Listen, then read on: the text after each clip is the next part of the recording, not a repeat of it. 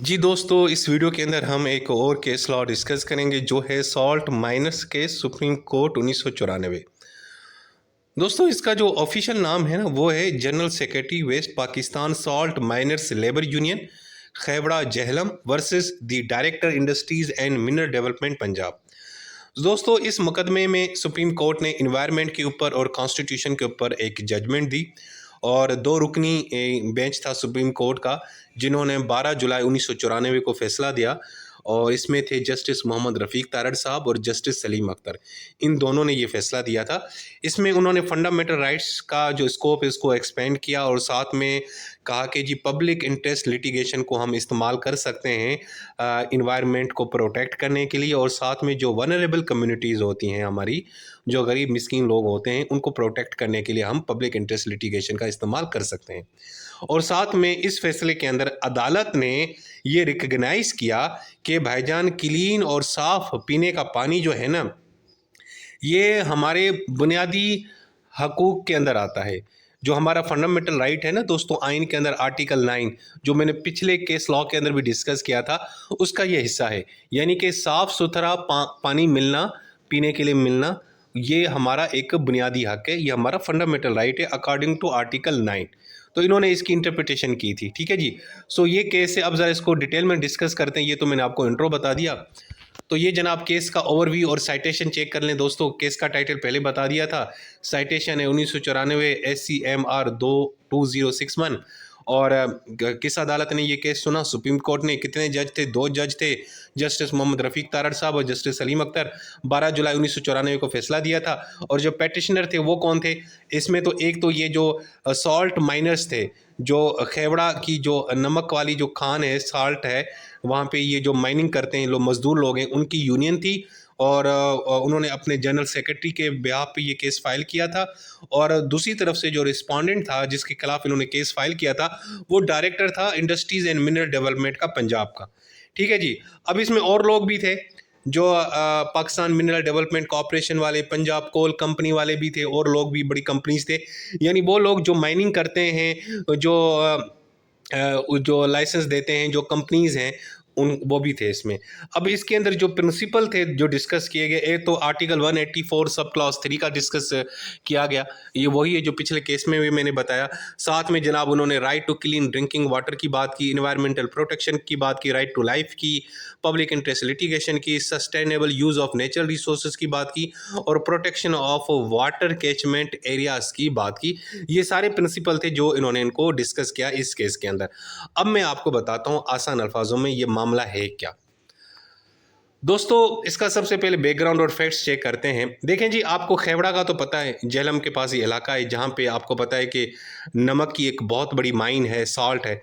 और आप लोगों में से बहुत सारे लोगों ने विज़िट भी किया होगा, मैं तो अभी कई बार जा चुका हूँ वहाँ पे। अब वहाँ पे जो ये खैबड़ा के जो रिहायशी हैं ना लोग, और वो लोग मज़दूर जो उस माइंस के अंदर काम करते हैं, वो ना पीने के लिए एक पानी इस्तेमाल करते हैं। वहाँ पे एक कुदरती चश्मा है जिसका नाम है मिठा पटन। ठीक है ना? ये नेचुरल स्प्रिंग है, चश्मा है, और उस चश्मे का पानी बड़ा प्यारा मीठा होता है, साफ़ सुथरा होता है। ये लोग उसको इस्तेमाल करते हैं अपने पीने के लिए। और वो जो पानी है ना चश्मे का, वो जाके एक जगह पे जमा होता है जिसको हम बोलते हैं रिजर्वायर। यानी वो जगह जहाँ पे पानी को जमा किया जाता है, आप तालाब समझ लें। और वहाँ से फिर वो पानी पाइप्स की सूरत में आबादी को, शहर को, लोगों के पास चला जाता है। ठीक है। अब ये जो चश्मा है ना, मीठा पटन, इसके इर्द गिर्द जो इलाका है, जो एरिया है जहाँ से ये पानी आता है और आके इस चश्मे में गिरता है, उसको बोलते हैं कैचमेंट एरिया। तो अंग्रेज़ों की जब हुकूमत थी तो उन्होंने इस एरिया को बड़ा महफूज रखा था और कहा था कि जी हमने इसको महफूज रखना है ताकि चश्मे का जो पानी है वो आलूदा ना हो, जहरीला ना हो, यानी कि कंटेमिनेशन ना हो। ठीक है ना? और इवन के 1911 का जो ऑफिशियल रिकॉर्ड है उससे भी ये पता चलता है कि भाई ये जो चश्मा है मीठा पटन, इसके इर्द गिर्द ये जो कैचमेंट एरिया है, इसको आपने महफूज रखना है, यहाँ पे माइनिंग वगैरह नहीं करनी। ये देखें, मैंने आप लोगों के लिए तस्वीर भी AI से बनाई है सिर्फ समझाने के लिए। ये देखें, आप ये चश्मा देख रहे हैं नीचे, और रिजर्वायर है, पानी है, और वहाँ से पाइपलाइन गुजर के घरों को जा रही है। अब ये ऊपर आप जो देख रहे हैं, पहाड़ों से बरसात होती है तो पानी मुख्तलिफ जगहों से आता आता आके सीधा चश्मे में गिर रहा है। अब ये जो पानी की आप लाइंस देख रहे हैं, नालियां देख रहे हैं, इसके साथ ये जितना ग्रीन कलर जो एरिया है ना दोस्तों, इसको बोलते हैं कैचमेंट एरिया। तो ये वाला जो एरिया है ना, इसको अगर आपने महफूज रखा तो आपका जो चश्मे का पानी है वो भी महफूज रहेगा। अगर इस इलाके में अगर आपने कोई हरकत की, कोई माइनिंग की, कोई और काम किया, तो पानी को नुकसान पहुंचता है। तो ये जो कैचमेंट एरिया है, ये जो ग्रीन कलर का नालियों के बीच में जो इलाका है जहाँ से पानी आके चश्मे में गिरता है, इस इलाके को हमने महफूज रखना होता है। उसकी वजह यह है कि ताकि जो चश्मे का पानी है वो महफूज रहे। ठीक है, अब आपको ये वाटर कैचमेंट एरिया समझ आ गया। अब हुआ ये कि वक्त के साथ साथ ये जो कैचमेंट एरिया, पहले ये 4000 हुआ करता था एकड़, अब जनाब कम होके 545 एकड़ पे चला गया था। और साथ में आबादी भी बढ़ती जा रही थी और माइनिंग एक्टिविटीज़, यानी इस इलाके में माइनिंग एक्टिविटीज़ भी बढ़ती जा रही थी। तो खैर, इस चीज़ के बावजूद जो हमारे डायरेक्टर थे उस टाइम के इंडस्ट्रीज़ और मिनरल डेवलपमेंट पंजाब के, उन्होंने क्या किया, मज़ीद जो है ना कंपनीज़ को लाइसेंस दिया लीज पे कि जी आप कोल माइनिंग करें, यहाँ से माइनिंग करें और कोल निकालें। किस एरिया से? इस कैचमेंट एरिया से। ये दोबारा देखें, ये जो ग्रीन कलर की जो एरिया है नालियों के बीच में, यहाँ पे दरख्त लगे हुए, यहाँ पे आप ना माइनिंग करें। ठीक है, तो ये माइनिंग का उन्होंने लाइसेंस दे दिया और कंपनियों ने काम करना शुरू किया। जब ये मामला चल पड़ा और माइनिंग ऑपरेशन शुरू हुआ, तो वहाँ के जो मज़दूर लोग थे खेवड़ा के, या उस जो साल्ट माइन के अंदर जो लोग काम करते थे, उन्होंने कहा कि भाई साहब ये जुल्म क्यों कर रहे हो तुम लोग? ये जो इस जगह पे जहाँ पे माइनिंग कर रहे हो, यहाँ खुदाई करोगे तो उससे क्या होगा कि हमारा जो चश्मे का पानी जो यहाँ से गुजर के आता है चश्मे के अंदर, वो जहरीला हो जाएगा, आलूदा हो जाएगा। तो भाई हम तो पूरे के पूरे जो हम मज़दूर लोग हैं और इवन के जो खेवड़ा के रिहायशी हैं, वो तो इसी पानी के ऊपर डिपेंड करते हैं। तो भाई आप जुल्म कर रहे हो, मेहरबानी करे ना करो। और उन्होंने क्या किया, जाके सीधा सुप्रीम कोर्ट में एक पिटीशन दायर की आर्टिकल 184 सब क्लॉज 3 के तहत। और उसने ये जो माइनिंग लीज दिया गया, कंपनीज को जो इजाज़त दी गई कि भाई यहाँ पे आप माइनिंग करें, इसको रोकने का जो है ना वो मुतालबा किया। ठीक है, अब ये हुआ ये कि ये जो साल्ट माइनर्स की जो लेबर यूनियन थी ना, जो वहाँ पे खेवड़ा में जो नमक की कान है, वहाँ पे जो मज़दूर लोग काम करते हैं, और उनका एक रिप्रेजेंटेटिव था, उनका जनरल सेक्रेटरी था उस साल्ट माइनर लेबर यूनियन का, उसने जाके केस फाइल कर दिया। यानी वो पिटिशनर बन गया और रिस्पोंडेंट कौन बन गए? Director of industries and mineral development, जिसने कंपनीज को, माइनिंग कंपनीज को लाइसेंस दिया, लीज पे दिया कि जी जाएं और बिस्मिल्लाह करें, निकालें यहाँ से कोल। ठीक है जी। सो दोस्तों, ये इस तरह मामला हुआ।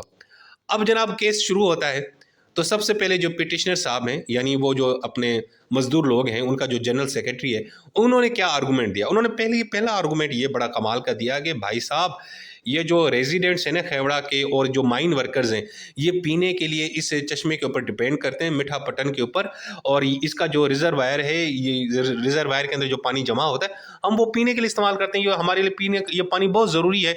तो यहाँ पे अगर कैचमेंट एरिया में कोल माइनिंग एक्टिविटीज़ होंगे ना, तो इससे हमारा जो ये पानी है ना, ये ख़राब हो जाएगा, आलूदा हो जाएगा।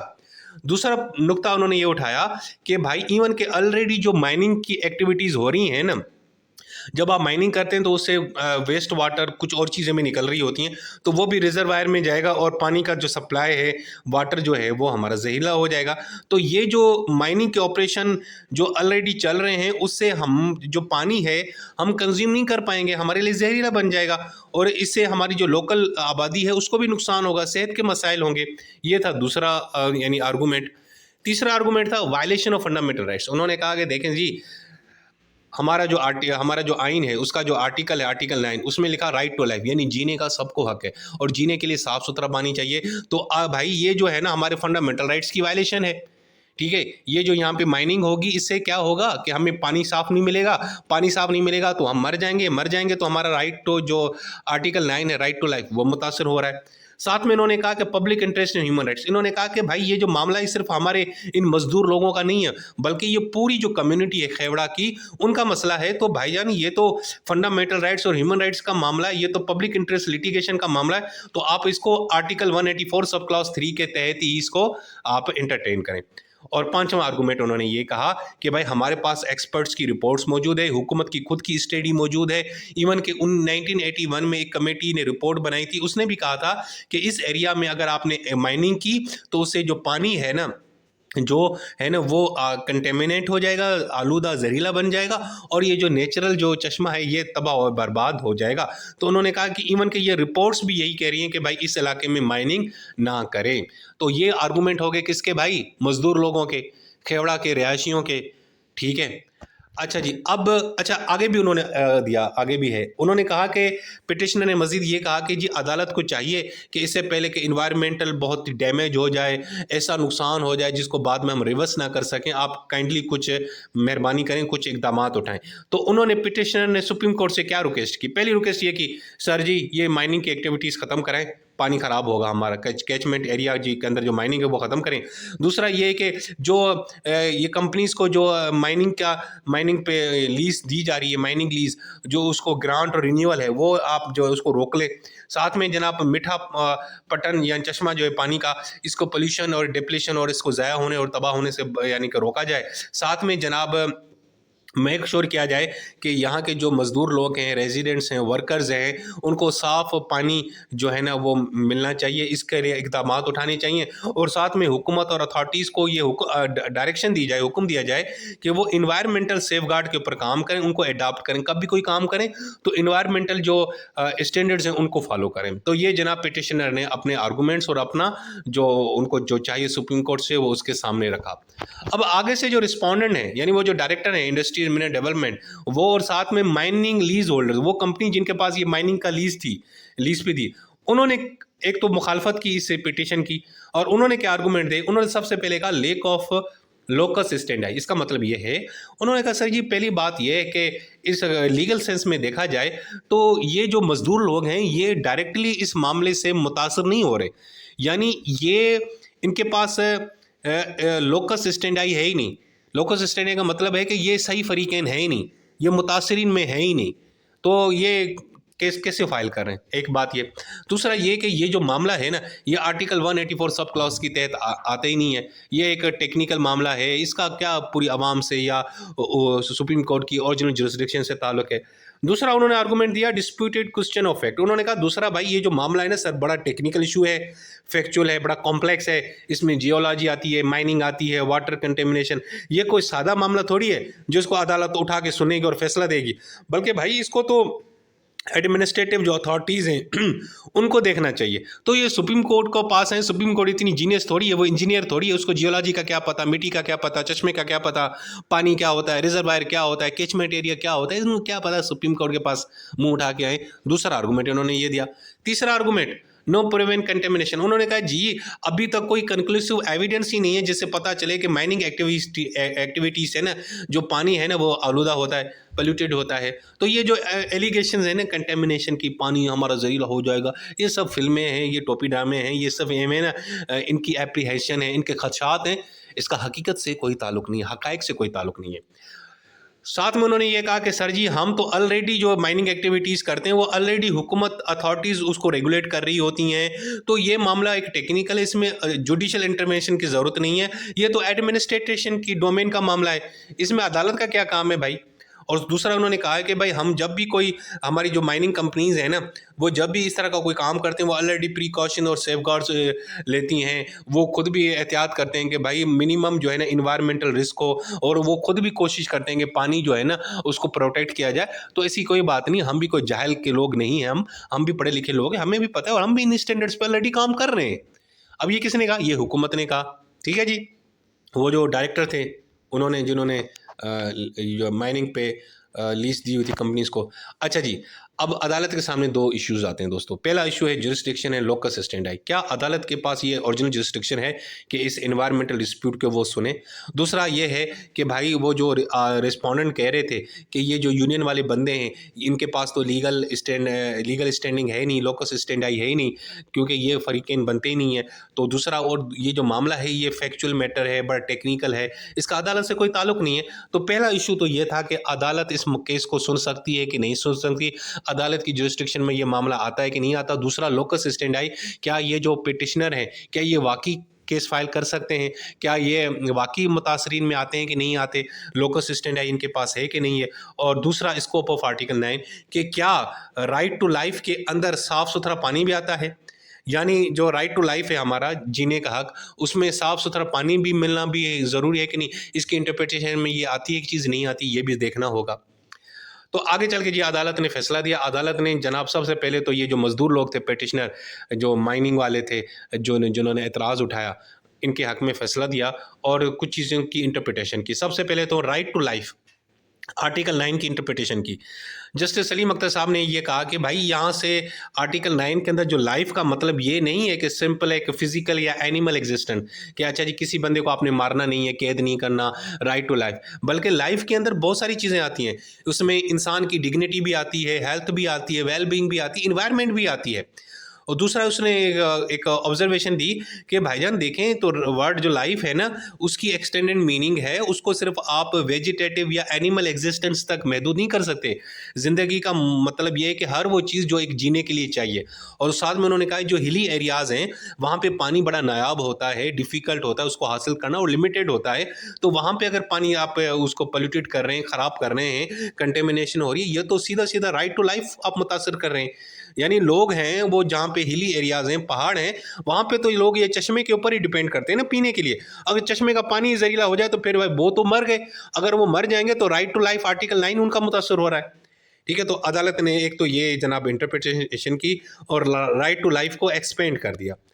उसके बाद इन्होंने ये कहा कि भाईजान दूसरा ये जो रिस्पोंडेंट कह रहा था ना कि जी इनके पास लोकस स्टैंडर्ड नहीं है, तो अदालत ने ज़रा लिबरल अप्रोच अपनाई। उन्होंने कहा भाई ये पब्लिक इंटरेस्ट का मामला है, हम ये प्रोसीजर टेक्निकलिटीज़ में और लीगल चीज़ों में नहीं जाएंगे। और ये क्योंकि मामला इंसानी नौयत का है, फंडामेंटल राइट्स का है, इसमें सिर्फ 2-3 मजदूर नहीं बल्कि पूरे के पूरी जो कम्युनिटी है वो मुतासर हो रही है। तो भाई भले लोकस स्टैंडर्ड उनके पास ना हो, हम फिर भी ये केस सुनेंगे। यानी वो जो रिस्पोंडेंट का जो नुक्ता था ना कि भाई ये तो सर ये तो पिटिशनर बन ही नहीं सकते, ये तो मुतासरीन में आते नहीं हैं, उस बात को अदालत ने उड़ा के बाहर फेंक दिया और कहा कि नहीं कोई बात नहीं, अगर ये नहीं भी हैं तब भी हम सुनेंगे। उसके बाद environmental protection as a constitutional obligation, उन्होंने कहा इन्वायरमेंट को प्रोटेक्ट करना ये हमारी आईनी ऑब्लिगेशन है। यानी इन्वायरमेंट को डेग्रेडेशन से बचाना है, वाटर पोल्यूशन को नहीं होने देनी, क्योंकि ये सारी चीज़ें इंसानी ज़िंदगी और हेल्थ के खिलाफ हैं और आर्टिकल 9 के खिलाफ हैं। ठीक है जी।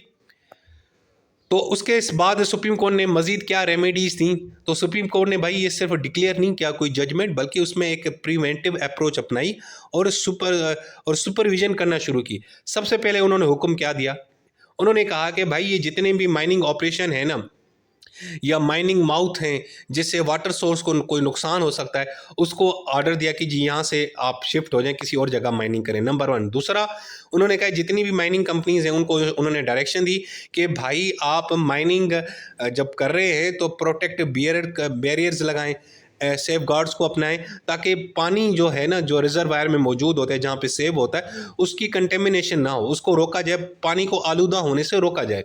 और साथ में जनाब उन्होंने कहा कि जी एक स्पेशल कमीशन बनाया जाएगा, ठीक है, और उनके पास सीपीसी के तहत पावर दी जाएगी और वो क्या करेगा, एक तो वो मॉनिटर करेगा कि क्या अदालत के अहकामात के ऊपर अमल हो रहा है कि नहीं हो रहा, और वो इंस्पेक्शन करेगी कि वाकई यहाँ पे माइनिंग सही हो रही है, पानी जहरीला तो नहीं हो रहा, पानी की वाटर क्वालिटी वो एग्जामिन करेंगे और साथ में जो इन्वायरमेंटल रिस्क हैं उनको ये असेस करेंगे और साथ में एडिशनल जो है ना वो प्रोटेक्ट मेजर्स रिकमेंड करेंगे। तो यानी इस कमीशन का यही काम होगा कि देखेगी कि अदालत के फैसले के ऊपर अमल हो रहा है कि नहीं हो रहा, पानी ख़राब तो नहीं हो रहा, अच्छा जी इन्वायरमेंट को कोई नुकसान तो नहीं हो रहा, और प्रिवेंटिव मेजर्स ली जा रही हैं कि नहीं ली जा रही, सेफ गार्ड्स ली जा रही हैं कि नहीं ली जा रही, ये सारी चीज़ें इन्होंने देखनी हैं। सो दोस्तों ये था फैसला हमारा, ये केस था हमारा एक और सॉल्ट माइनस केस 1994 का। ये भी बहुत ही सिंपल था और आसान था। सो इसमें भी आर्टिकल 9 का जिक्र है, लेकिन इसमें ज़्यादातर सिर्फ पानी के इशू के ऊपर बात हुई थी, ठीक है। और उससे पहले जो हमारा केस था अपना शैला ज़िया, उसमें भी आर्टिकल 9 का जिक्र था, लेकिन उसमें आपको पता है कि उसका जिक्र था इलेक्ट्रोमैग्नेटिक रेडिएशन का, कि जी वो करंट है, करंट से हवा में मसाइल होंगे, लोगों को बीमारी होगी, रेडिएशन है वो दिमाग को अटैक करेंगी, सारा कुछ। और यहाँ पे पानी का इशू था, यानी दोनों केसेस मिलते जुलते हैं। सो दोस्तों अपना ख्याल रखें बस।